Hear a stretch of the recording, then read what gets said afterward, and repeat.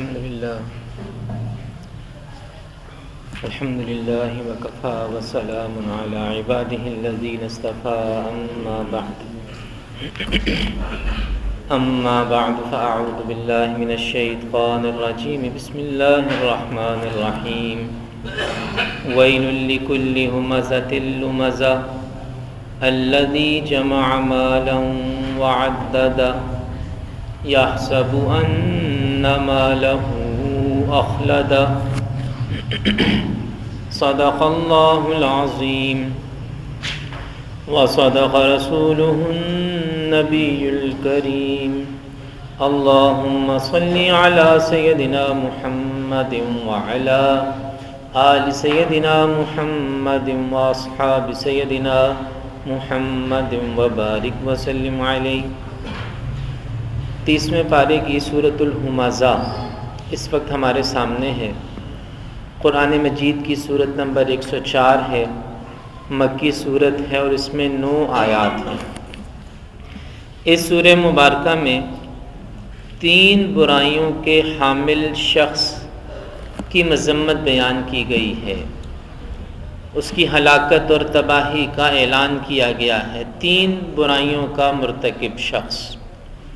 پہلی برائی، دوسروں کو طعنہ دینے والا یا طنز کرنے والا، یعنی کسی کے سامنے اس کی برائی بیان کرنے والا، کسی کے منہ پر اس کی برائی بیان کرنا، یہ طنز ہے یا طعنہ ہے۔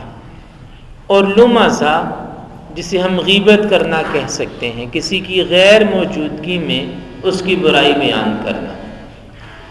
تو اس سورہ مبارکہ کی پہلی آیت میں کسی کے سامنے اس کے عیب بیان کرنے والے کے لیے بھی ہلاکت کا اعلان ہے، اور کسی کی غیر موجودگی میں اس کے عیب بیان کرنے والے کے لیے بھی ہلاکت کا بیان ہے۔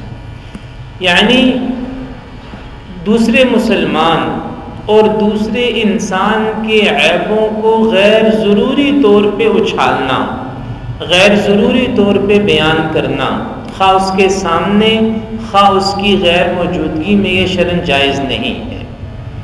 ایک تو یہ ہے کہ کسی استاذ کو بتانا اس کے طالب علم کے بارے میں تاکہ استاذ تربیت کرے، یا ماں باپ کو بتانا ان کی اولاد کے بارے میں تاکہ وہ اس کا دھیان رکھیں، تربیت کریں، یا عدالت میں قاضی کے سامنے گواہی دینا، یا حکومت کے سامنے حکومتی ریاستی کسی ادارے میں کسی کی شکایت کرنا، یہ غلط چیز ہے۔ ایک یہ ہے کہ اسے بدنام کرنے کے لیے، اسے نیچا دکھانے کے لیے، اس کی تذلیل کے لیے، اس کی تحقیر کے لیے اس کو سامنے بٹھا کر اس کے عیب گنوانا، یا اس کی غیر موجودگی میں اس کے عیب بیان کرنا، یہ شرعاً جائز نہیں ہے۔ یہ دونوں چیزیں ہی گناہ کی باتیں ہیں۔ طعنہ دینا، طنز کرنا، یہ بھی گناہ ہے، اور غیبت کرنا یہ بھی گناہ ہے۔ طنز اور طعنے کے بارے میں حدیث مبارکہ میں آتا ہے، نبی پاک صلی اللہ علیہ وسلم نے فرمایا کہ اگر ایک آدمی نے کسی مسلمان بھائی کو اس کے کسی گناہ پر یا اس کی کسی خامی پر عار دلایا، طعنہ دیا، طنز کیا، تو اللہ جل جلالہ اس طنز کرنے والے کو، طعنہ دینے والے کو مرنے سے پہلے اس گناہ میں مبتلا کرتے ہیں۔ اگر دوسرے مسلمان کو طعنہ دیا یا طنز کیا یا عار دلایا تو مرنے سے پہلے اللہ اسے اس گناہ میں، اس خامی میں، اس عیب میں مبتلا کرے گا۔ تو اس لیے کبھی بھی کسی کے منہ پر اس کے عیب بیان کرنا، طنز کرنا، طعنہ دینا، کئی بار ایک آدمی غیبت کر رہا ہو اور آپ اسے منع کریں تو وہ کہتا ہے جی میں تو اس کے منہ پر بھی کہہ سکتا ہوں۔ تو بھئی منہ پر کہنا کون سا جائز ہے؟ کسی کو منہ پر اس کے عیب گنوانا، اس کے لیے بھی تو یہاں ہمزہ یعنی طعنہ دینے والا، طنز کرنے والا، منہ پر کسی کے عیب گنوانا یا اسے اس کے عیبوں کا، اس کے گناہوں کا عار دلانا، طنز کرنا، طعنہ دینا، یہ بھی تو جائز نہیں ہے۔ تو ایک تو یہ، اور دوسرا کسی کی غیر موجودگی میں اس کے عیب بیان کرنا، یعنی غیبت کرنا ایسے شخص کے لیے بھی ہلاکت ہے۔ سورۃ الحجرات میں آیت مبارکہ ہے، اللہ تعالیٰ نے غیبت کرنے کو مردار بھائی کا گوشت کھانے کے ساتھ تشبیہ دی ہے، یعنی غیبت کرنا ایسے ہے جیسے کسی مردار بھائی کا گوشت کھانا۔ علماء نے لکھا ہے کہ قرآن مجید میں سب سے زیادہ سخت مثال جس عمل کے لیے آئی ہے وہ عمل غیبت ہے۔ سب سے سخت مثال غیبت کرنے والے کے لیے آئی ہے۔ تو کسی بھی طرح غیر ضروری طور پر مسلمان کے عیبوں کو اچھالنا، مسلمان کے عیبوں کو پھیلانا، مسلمان کے عیبوں کو گنوانا، خواہ اس کے سامنے یا اس کی غیر موجودگی میں، یہ درست نہیں ہے۔ ہم نے کیا کرنا ہے؟ پہلے تو ہم نے یہ کوشش کرنی ہے کہ ہمیں کسی مسلمان کے عیب پتہ ہی نہ لگے۔ پہلے تو یہ کوشش کر بلا تجسسوا سورۃ الحجرات میں، اس کا یہی مطلب ہے کہ دوسروں کے عیب جاننے کی کوشش نہ کرو، کمیاں معلوم کرنے کی کوشش نہ کرو، مسلمانوں کی کمیاں معلوم کرنے کی کوشش نہ کرو۔ پہلے تو یہ کرنا ہے۔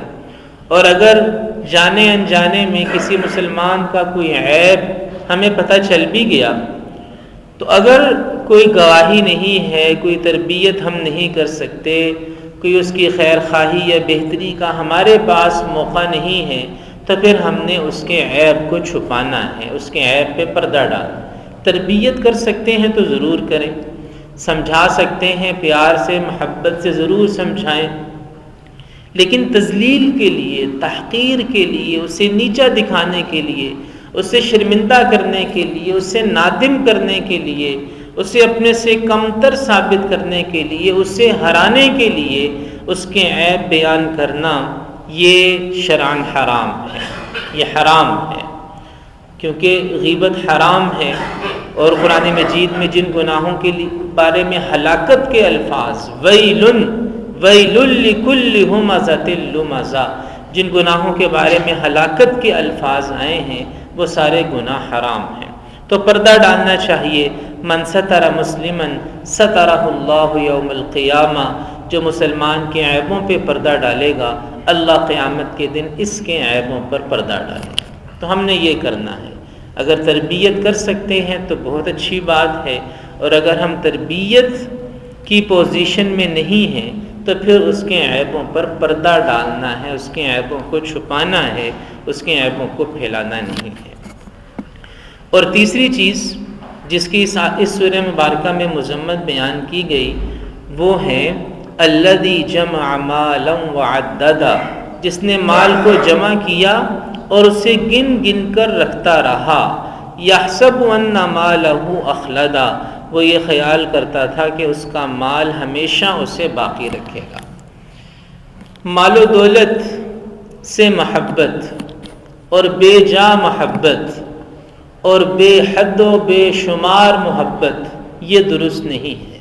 مال کمانا اچھی بات ہے، حلال طریقے سے، اپنی مستقبل کی ضرورت کے لیے جمع کرنا بہت اچھی بات ہے، ضرور کرنا چاہیے۔ حلال طریقے سے کمانا بھی اچھا ہے، جمع کرنا بھی اچھا ہے، مستقبل کی ضرورت کے لیے، دنیا کی ضروریات کے لیے اس کو خرچ کرنا بھی بہت اچھا ہے، یہ ساری باتیں ٹھیک ہیں۔ لیکن مال و دولت کی بے جا محبت، بے حد محبت، بے شمار محبت یہ درست نہیں ہے۔ یعنی مال سے اتنی محبت ہو جائے کہ وہ کہاں سے آ رہا ہے یہ سوچنے کی زحمت نہ کرے، اور کہاں جا رہا ہے اس پر غور نہ کرے، اور اس کو اپنی ضرورت پر بھی خرچ نہ کرے، بس گنتا رہے سنبھالتا رہے، گنتا رہے سنبھالتا رہے۔ یہ اتنی محبت مال کی یہ شرعاً جائز نہیں ہے۔ مال کمانا جائز، ضرورت کا جمع کرنا بھی جائز، ضروریات پہ لگانا بھی جائز، لیکن مال کی بے جا محبت میں گرفتار ہو جانا یہ ناجائز ہے۔ تو یہ تین برائیاں ہیں جن کی اس سورہ مبارکہ میں مذمت بیان کی گئی، اور ان برائیوں کے حامل کے لیے جہنم کا اعلان کیا گیا۔ ارشاد باری تعالی ہے ویل لکل ہمزۃ لمزہ، ہلاکت ہے ہر طعنہ دینے والے کے لیے اور کسی کی غیر موجودگی میں اس کے عیب بیان کرنے والے کے لیے۔ الذی جمع مالا وعددا، جس نے مال سمیٹا اور گن گن کر رکھا۔ یحسب ان مالہ اخلدا، وہ یہ سمجھتا ہے کہ اس کا مال اسے ہمیشہ رکھے گا۔ کلا لینبذن فی الحطمہ، ہرگز نہیں، ضرور بضرور اسے پھینکا جائے گا روندنے والی حطمہ میں۔ وما ادراک ما الحطمہ، اور تمہیں کیا معلوم کہ وہ روندنے والی کون ہے؟ نار اللہ الموقدہ، وہ اللہ کی دہکائی ہوئی آگ ہے۔ التی تطلع علی الافئدہ، وہ آگ جو دلوں تک پہنچے گی، دلوں تک پہنچے گی۔ یہ جو آگ کا دلوں تک پہنچنا ہے، یہ میرے محترم بھائی اور دوستو، یہ جہنم کا اذیت ناک موقع ہے، اذیت ناک۔ دنیا میں اللہ تعالیٰ سب پر رحم فرمائے، دنیا میں کوئی انسان بھی پورا نہیں جلتا، پورا جلنے سے پہلے مر جاتا ہے۔ یعنی اگر کسی آدمی کے جسم کو آگ لگ جائے تو وہ آگ دل تک پہنچنے سے پہلے انسان کی جان نکل جاتی ہے، دل تک آگ کے پہنچنے کا موقع نہیں ملتا۔ کوئی بھی جاندار جس کا دل ہے، جانور یا انسان، اگر اسے آگ لگ جائے تو آگ کو دل تک پہنچنے کا موقع نہیں ملتا، اس سے پہلے ہی ہلاکت ہو جاتی ہے، روح جسم سے نکل جاتی ہے۔ لیکن جہنم میں یہ جو خاص طور پہ اللہ نے فرمایا کہ التی تطلع علی الافئدہ، کہ وہاں تو چونکہ موت نہیں آنی، تو جس آگ میں یہ جل رہا ہوگا اس آگ میں اپنے دل کو جلتا بھی محسوس کرے گا۔ دنیا کی آگ میں انسان اپنے دل کو جلتا محسوس نہیں کر سکتا، آگ دل تک پہنچنے سے بہت پہلے انسان مر جاتا ہے، لیکن جہنم کی آگ میں وہ اپنے دل کو جلتا ہوا بھی محسوس کرے گا۔ اس لیے فرمایا التی تطلع علی الافئدہ، وہ آگ اس کے دل تک پہنچ جائے گی۔ انہا علیہم مؤصدہ، اس آگ کو ان پر بند کر دیا جائے گا۔ فی عمد ممددہ، بڑے بڑے لمبے لمبے ستونوں میں۔ تو یہ وہ انجام ہے جو ان تین برائیوں میں مبتلا شخص کے لیے ہے۔ اللہ تعالی ہم میں سے ہر ایک کو اس انجام سے محفوظ رکھے اور قرآن مجید کو سمجھ کر اس پر عمل کرنے کی توفیق عطا فرمائے۔